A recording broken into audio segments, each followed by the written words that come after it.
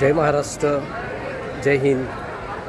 मी मनसे विभागाध्यक्ष सांगली जिल्हा पलूस तालुका यामधून मी बोलत आहे. आणि विशेष करून आजचं माझं स्टेटमेंट असं आहे की काल जंतर मंतरमध्ये गेले कित्येक दिवसापासून तिथले विद्यार्थी त्यांच्या भवितव्यासाठी आणि आपल्या सगळ्या विद्यार्थ्यांच्या भवितव्यासाठी आंदोलन करत होते.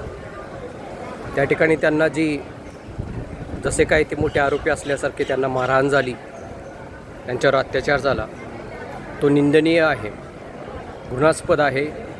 महाराष्ट्र नवनिर्माण सेना मनसे विभागाध्यक्ष या नात्याने मी सरकारचा याबद्दल धिक्कार करतो.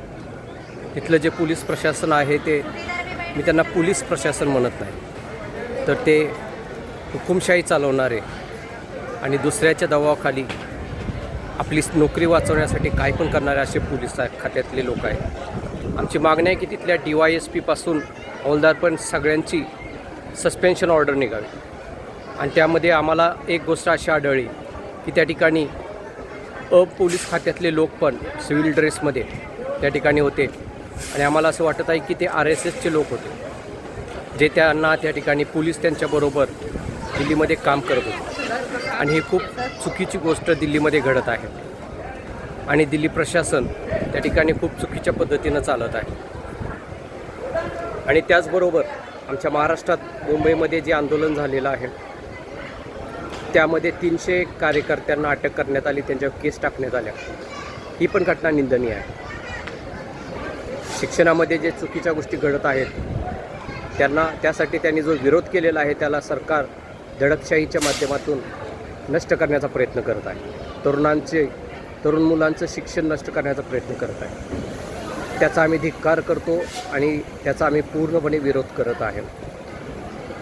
आणि विशेष महाराष्ट्रातले आमचे जे भाजपचे मंत्री आहेत, बावनकुळे साहेब, खोत साहेब यांनी जे स्टेटमेंट दिलेलं आहे त्याचा पण आम्ही धिक्कार करतो.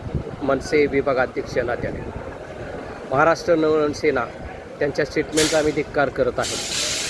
मला असं वाटतं की त्यांना मुलं नाही आहेत. बावनकुळे साहेब आणि खोत साहेब हे बांज आहेत, म्हणून त्यांना मुलांना जेव्हा शिक्षण मिळत नाही किंवा त्यांच्या शिक्षणाचं नुकसान होते त्याची जाणीव त्यांना नाही. आम्ही त्यांचा धिक्कार करत आहे. असं स्टेटमेंट करण्यापूर्वी बावनकुळे साहेबांनी 10 वेळा विचार करावा. कारण मला वाटतं की त्यांना मुलं आहेत. जर नसेल तर मी म्हणतो की ते बांज आहेत. महाराष्ट्र नवनिर्माण सेना त्यांच्या स्टेटमेंटचा धिक्कार करते. खोत साहेबांचा आम्ही धिक्कार करतो. बावनकुळे साहेबांचा आम्ही धिक्कार करतो, ज्यांनी